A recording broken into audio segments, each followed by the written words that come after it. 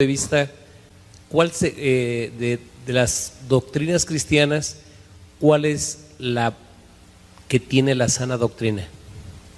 ¿De las denominaciones Cristianas. cuál es la que tiene la sana doctrina? Sí.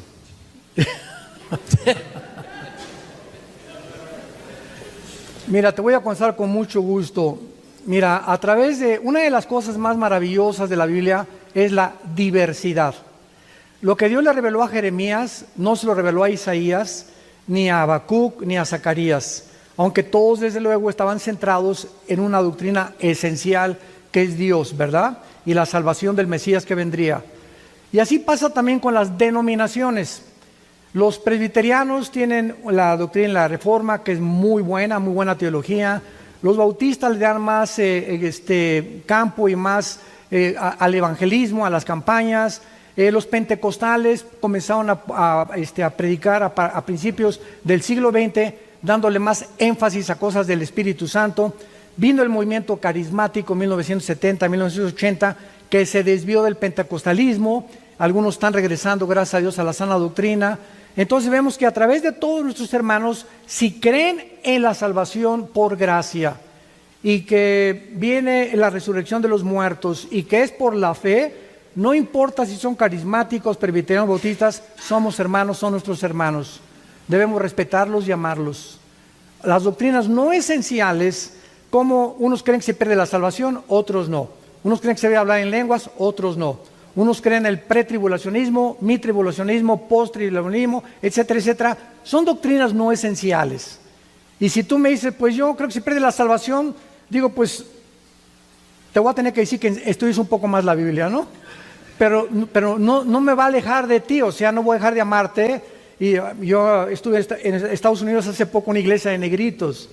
Mi esposa no lo podía creer. Me invitaron a una iglesia, ustedes saben cómo son los negritos, ¿no? Y Kane tiene una emoción y un dinamismo para cantar impresionante, pentecostales todavía. Imagínate, ¿no? Me querían cargar ahí, levantar y me hacían así. Y pues yo sé lo que creían y no voy a predicar algo que afecte a ellos. Les prediqué un mensaje de profecías de Daniel nada más, ¿no? Pero nos amamos. Ellos sabían que yo tampoco creía en muchas cosas de ellos, pero nos une la sangre de Jesucristo. Entonces eso es lo más importante, ¿verdad? Que nos aprendamos a tolerar y amar y aceptarnos como somos. ¿Por acá? ¿Nadie? ¿Por acá? Buenas noches. Perdón. Buenas noches, pastor. Primeramente le pido a Dios que lo siga cuidando, protegiendo y lo guíe en camino de sabiduría.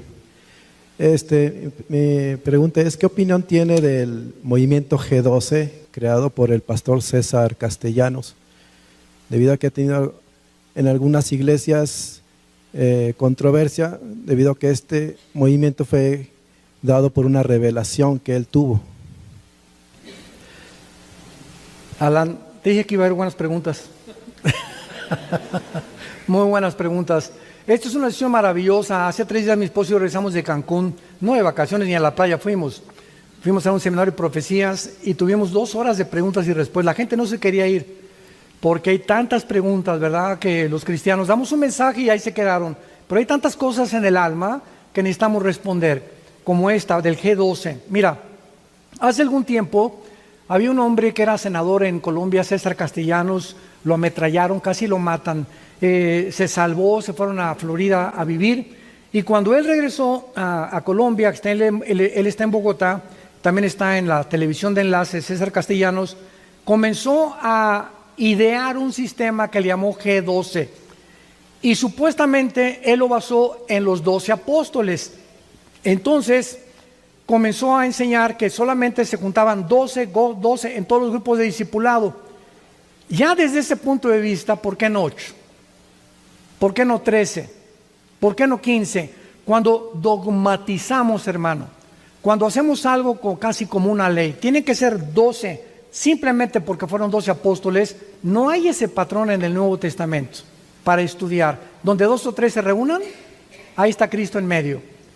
Por ahí. Luego, por el otro lado, comenzaron a usar las regresiones. O sea, que tenías que regresar a tu infancia para ver qué te pasó en tu infancia, cosa que hace el psicoanálisis freudiano. Todo eso comenzó a mezclar el cristianismo con el psicoanálisis freudiano. Y cuando comenzaron con esa situación, entonces comenzaron a salirse mucho el camino. Tengo entendido que ya han corregido bastante esta doctrina. Pero esto es lo que te puedo decir, yo no lo recomiendo a nadie.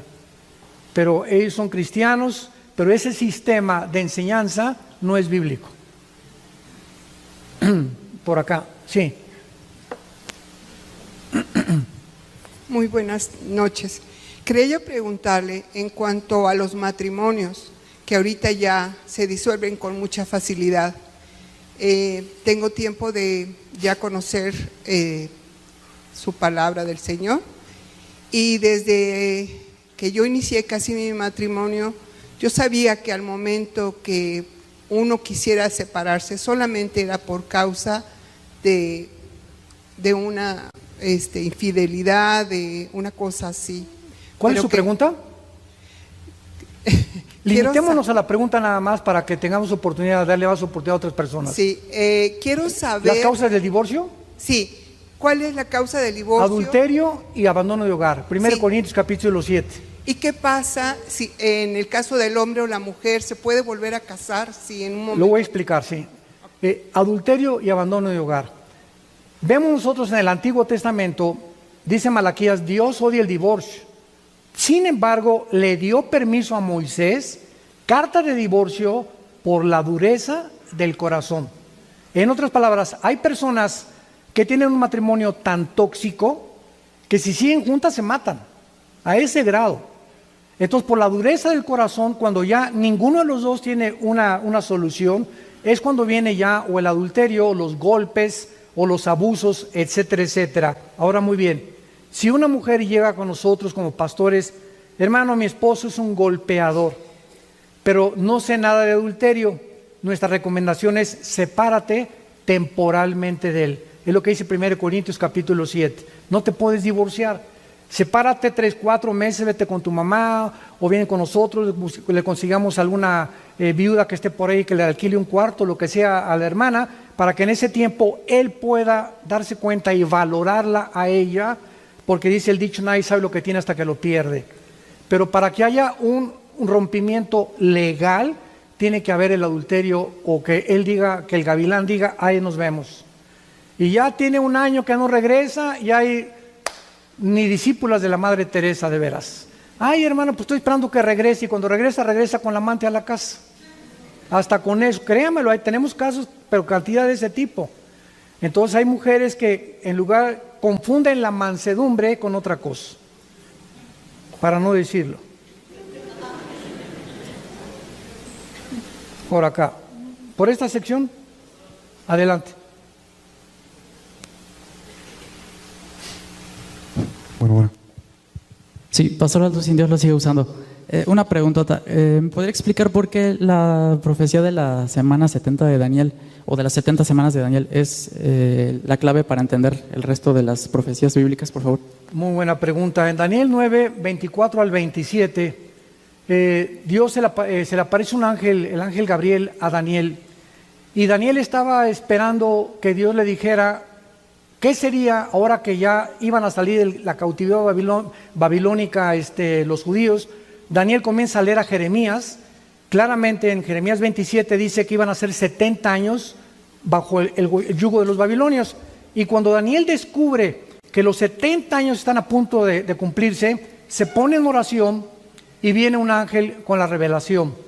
Y entonces le da la profecía de las 70 semanas, que son semanas de años, que son 7 por 7, 49, 490 años le da Dios, desde que se dé la orden de la reconstrucción del templo, que se dio en Nehemías capítulo 2, del 1 al 5, hasta la muerte de Cristo. Esto es impresionante porque matemáticamente es la única parte en la Biblia que se nos da el tiempo en que Cristo iba a venir la primera vez.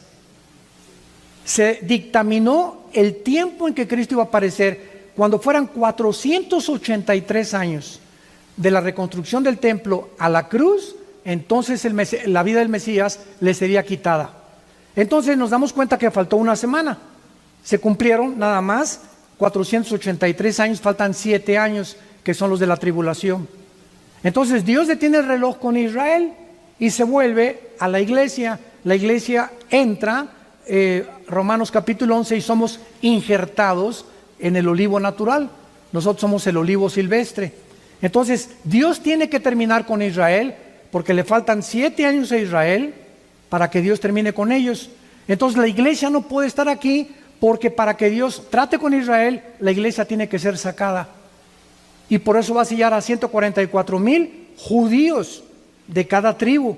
Y va a levantarse 2 testigos judíos también, que van a ser los últimos testigos de la época de la tribulación. Y esta es la razón por la cual es imposible que la iglesia atraviese la tribulación, porque es un periodo de juicio que corresponde a Yom Kippur, a la fiesta de la expiación de septiembre y octubre, que también le falta cumplir a la nación de Israel. Sí. Bueno. ¿Qué tal? Buenas noches, pastor. Soy Luis Nieto. Mi pregunta es la siguiente. Bueno, se ve un panorama mundial que acaba de plantear usted, muy interesante, en donde vemos la llegada del anticristo y la llegada nuevamente de nuestro Señor Jesucristo. Pero como iglesia he tenido la oportunidad de trabajar con un grupo grande de pastores. La iglesia ahorita está en una posición en la que no sé cuál es su punto de vista. Hay mucha separación, muchas ideologías, cuesta mucho trabajo que la iglesia se ponga de acuerdo para alcanzar el mundo de una forma, alcanzar a los perdidos de otra forma. Hay mucho activismo, las iglesias están llenas de actividades, el mundo afuera está perdiéndose y la iglesia está muy separada. ¿Cuál es su opinión sobre esto? Estamos en lo que se profetizó como la apostasía. No nos sorprendamos de la barbaridad de herejías que se están introduciendo a la iglesia, de falsas doctrinas. Ahora que fui a Cancún me dijeron que ya no hay apóstoles, hay querubines. Increíble, o sea, yo creí que era un chiste. No, hermano, ahora son querubines, ya no son apóstoles. O sea, hay una barbaridad de titulitis y de cosas que están pasando y mucha gente se está desanimando por eso, pero al contrario, Jesús nos los dijo, he aquí se los digo con anticipación para que cuando suceda se acuerden que yo se los dije antes.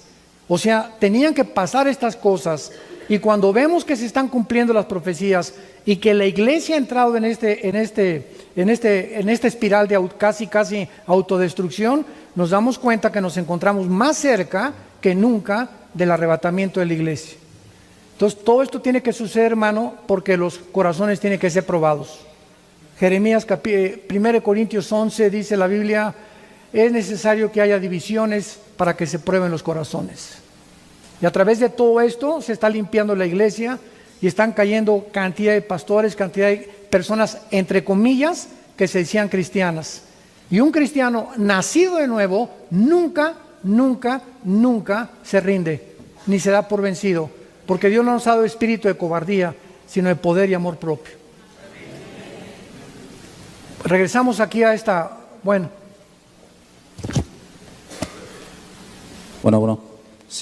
mi pregunta en concreto es, en toda esta situación de la geopolítica, México, nuestro país, ¿qué función o qué visión tiene en el mundo, en esto de la cuestión geopolítica? Ni México ni Querétaro aparecen en la Biblia. Muy buena pregunta. Mira, bíblicamente las únicas naciones que van a sobrevivir en la segunda venida cuando Cristo venga, porque cuando Cristo venga va a sobrevivir 1/3 parte del mundo, de la población del mundo, de acuerdo al libro de Zacarías. Estamos hablando que somos ahorita 7,500 millones de personas aproximadamente. Estamos hablando que va a desaparecer todo el continente americano, desde Alaska hasta la Patagonia. Desde Alaska a la Patagonia hay como 1,100 millones de personas. O sea, desaparecería todo el continente americano, parte del continente africano y parte del Asia Menor. porque solamente van a sobrevivir Europa y algunas naciones del Medio Oriente cuando venga Jesucristo, en la guerra del Armagedón, y la China también. Entonces México ni aparece, ¿verdad? Así es. Ni Xochimilco aparece. ¿Por acá? ¿Nadie por acá? A ver. ¿Qué consecuencias hay de la violación del pacto sempiterno? El pacto, el de Isaías 24. ¿Qué consecuencias hay para nuestra actualidad? Fíjate, mencionó el hermano cuál es el pacto sempiterno, cuáles son las consecuencias. Hace algún tiempo le pregunté a Dios leyendo Daniel 8, que dice, cuando los transgresores lleguen al colmo, se manifiesta el anticristo. Es una profecía de Daniel 8. Y yo le pregunté a Dios en mi corazón, Señor, ¿cuándo la humanidad o la sociedad puede llegar a un límite o un punto donde sea el colmo, como llegó Sodoma y Gomorra al colmo, para que tú ya vengas y establezcas el juicio? Y ahí lo dice en Isaías 24, del 3 al 6, es el matrimonio. El matrimonio y la familia es el cimiento de toda la sociedad, es la base de toda sociedad. Y cuando llegamos al grado, siempre ha habido divorcios, transgénero, homosexuales, lo que tú quieras, pero nunca se había institucionalizado el matrimonio gay, y peor, darles adopción. Un niño necesita un papá y una mamá. Lo que el papá le da al niño no se lo puede dar la mamá, ni la mamá al papá. Por eso la mujer y el hombre somos tan diferentes. Y todos necesitamos crecer con estos dos tipos. El muchacho necesita un perfil masculino y necesitamos a la mamá también que nos dé su cariño, su bondad, y como son las mujeres. Entonces, cuando llegamos a este punto donde ya hasta a los niños se les están dando adopción, es cuando nos damos cuenta que ya no somos humanos. Ya estamos en el punto de la deshumanización. El pacto sempiterno, dice Malaquías 3, es el pacto del matrimonio. Y es donde nos encontramos actualmente.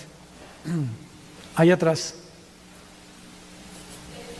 Quería preguntarle que me sacara de una duda sobre lo del diezmo. ¿Sobre quién? Sobre el diezmo. Ah, el diezmo. Ajá. Lo que pasa es que cada que se da una clase en la iglesia tenemos que estar pactando. O sea, diezmo. Eso no es bíblico. Exactamente, por eso quería que... Muy bien, quiero decirles algo. El diezmo ya no es del Nuevo Testamento. Esto es muy importante saber, porque el diezmo era obligatorio en Israel. Indefectiblemente diezmarás. Hemos salido de la ley y estamos en la ley de la libertad en Cristo. Desde el libro de los Hechos hasta el Apocalipsis jamás se vuelve a mencionar el diezmo. El último que lo mencionó fue Jesús en los evangelios, que se encuentran bajo la ley. En el Nuevo Testamento, Hechos 14, 1 Corintios 16, del 1 al 3, Pablo dice, cada primer día de la semana, el domingo, cada quien dé como haya prosperado, y cada quien dé como propuso en su corazón. Ya no hay ninguna ley para que nos diga tienes que dar tanto. Ahora bien, si en el Antiguo Testamento fue el 10% y nosotros seguimos ligados a que vamos a seguir dando el 10%, seguimos bajo la ley. Un cristiano sano, un cristiano generoso, da el 15, el 20, el 50, el 60, lo que Dios te ponga en tu corazón. Un ejemplo, el presidente de Colgate-Palmolive en Estados Unidos gana $1 millón al mes. Da $650,000, el 65% a la obra misionera. Entonces ya es una forma en la que manifestamos la salud espiritual que tenemos. Los que siguen dando el 10%, Dios sabe que esas personas nunca van a prosperar. Y hay muchos cristianos que quieren que Dios los prospere, pero son de Monterrey. No todos, ¿verdad? Sí, de Monterrey, perdón, ¿verdad? Pero sí, adelante. Ah, allá bueno, arriba, hombre. Bueno. Perdón. Hola, doctor. Mi pregunta es la siguiente. ¿De dónde vendrá el anticristo, el falso profeta, ¿Y dónde será la Babilonia física? ¿Algo más? Aquí me vas a tener hasta las 12 de la noche, hermano. Mira, rápidamente, lo del anticristo, muy buenas preguntas las tres, rápidamente. Durante mucho tiempo se creyó, todavía hasta 1995, casi al terminar el año 2000, la mayor parte de los teólogos en la escatología creían que el anticristo era judío porque en Génesis 49, cuando Jacob bendice a las 12 tribus, bendice a Adán y le dice que Adán sería como una serpiente junto al camino. Y luego en Daniel 11, 35 al 36 dice que el anticristo no hará caso del amor de sus padres, que es Abraham, Isaac y Jacob, y se acuñó una idea de que tenía que ser judío. Muy bien, pero ha venido un resurgimiento y mientras más nos acercamos al final, más luz vamos a tener. Vamos a conocer más claramente que muchas cosas no estaban como creíamos que estaban. Dios está acomodando muchas cosas en la Biblia. Y se ha descubierto que al anticristo se le menciona 12 veces el asirio. Isaías capítulo 10, Isaías 31, Isaías 33, Miqueas capítulo 4. En otras palabras, ¿cómo podemos compensar dos doctrinas en la Biblia? Una dice que es judío, otra que es el asirio. Muy fácil. Cuando Israel, las 10 tribus fueron sacadas por los asirios 700 años antes de Cristo, o sea, hace 2700 años, las 10 tribus se dispersaron por el mundo entero. Y ahorita no lo sabemos, pero hay judíos mexicanos, judíos guatemaltecos, judíos italianos, judíos africanos, judíos etíopes. Los judíos están mezclados con el mundo entero. Entonces lo más lógico es que el anticristo va a ser de Asiria y judío también. Yo el otro día comencé a ver en Netflix series, ¿verdad?, que puedo recomendar y que no todo lo que se puede ahorita en la televisión, se llama El Espía, que es la vida de Eddie Cohen, el espía más grande que Israel ha tenido, que lo mandaron a Siria y estuvo como 8 años, como el hombre más rico, lo mandaron a Siria para poder infiltrarlo en el gobierno de Siria y finalmente lo mataron. Pero él era egipcio judío. Entonces hay egipcios judíos, hay griegos judíos, hay africanos judíos. Entonces por eso va a ser asirio y va a ser judío el anticristo, pero va a surgir de la zona de la Mesopotamia, entre Irak y entre Siria. No va a surgir de Europa. Europa va a unirse con el Medio Oriente y él va a hacer esta confederación de 10 naciones. El falso profeta va a salir del Vaticano. Te lo digo al tan tan. Y hace 4 días, escuchen esto, hace 4 días, con el respeto que se merece mucha gente, el Papa Francisco hace 4 días, véanlo en internet, acaba de mandar un comunicado mundial. Se lo venía ahorita compartiendo a José Luis, el que me hizo el favor de traerme del hotel para acá. Dijo el Papa Francisco: convoco a un pacto secular y religioso para que se unan al Vaticano. O sea, la ramera está despertando de Apocalipsis 17, porque lo que va a hacer el falso profeta va a ser unir las religiones, que se llama el ecumenismo. Y muchos pastores están involucrándose con Roma, desgraciadamente. ¿Era todo lo que querías preguntar? Me da mucho gusto que tengan ese tipo de preguntas de veras. Allá arriba otra pregunta. No, arriba, perdón. Porque le estamos dando oportunidad a los de arriba. Ahorita vamos con usted. Sí, yo quería preguntar precisamente algo parecido acerca del ecumenismo. No entiendo muy bien qué es el ecumenismo, pero me llamó la atención porque en internet hay personas, pastores conocidos quizá a nivel mundial, también cantantes de música cristiana, que están apareciendo en internet, que se están reuniendo con líderes en el Vaticano. Eso es el ecumenismo.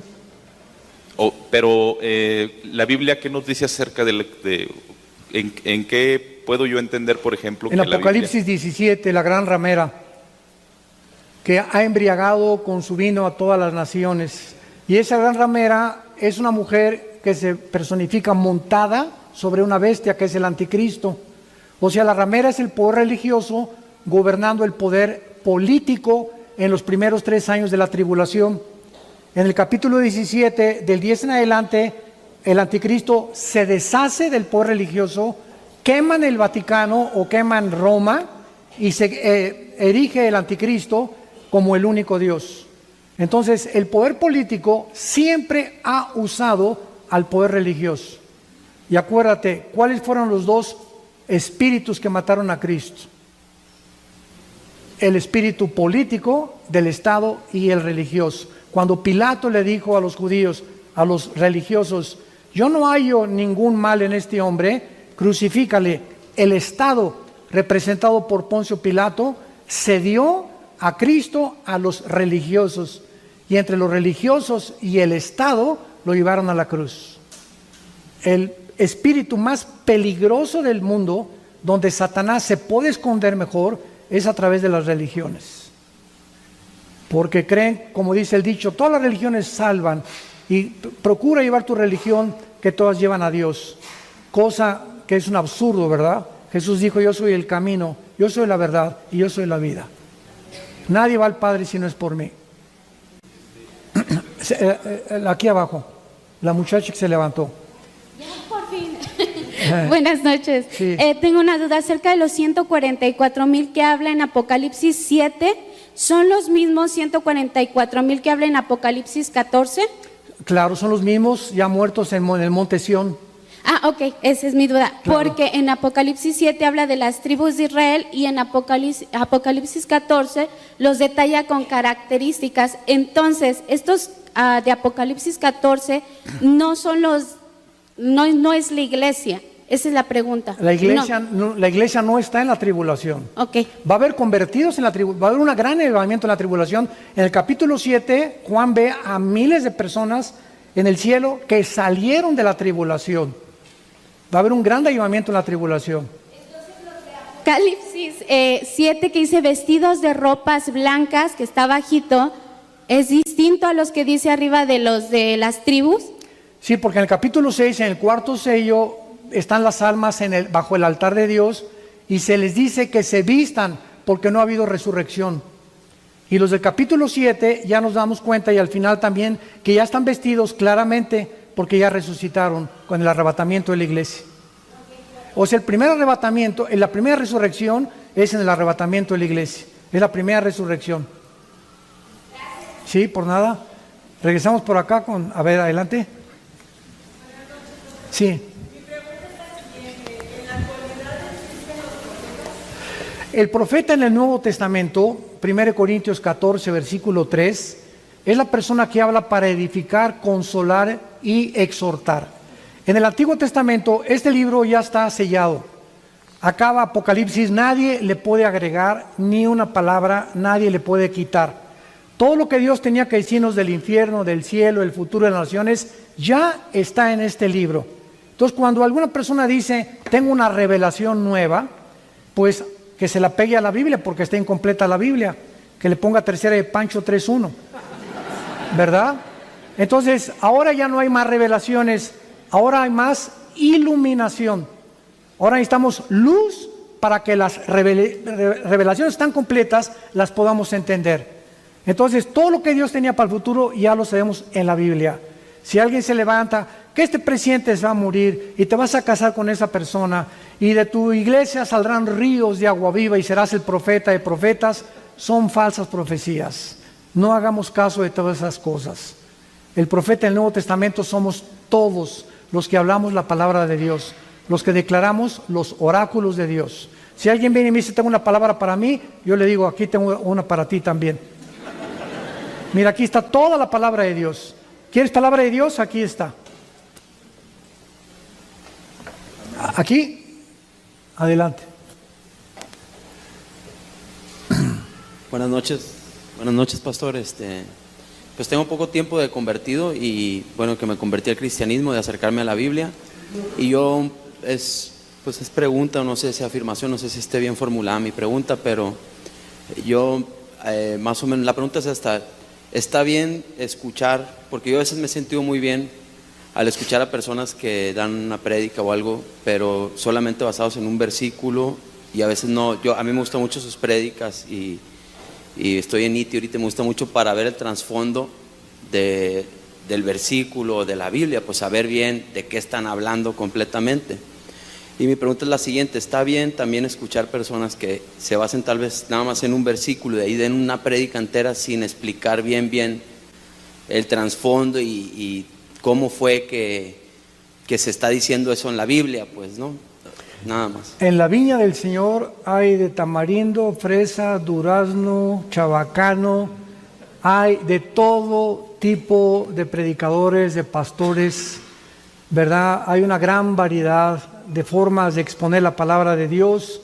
Unos, a mí particularmente me ha gustado la predicación expositiva, es por libros, versículo por versículo.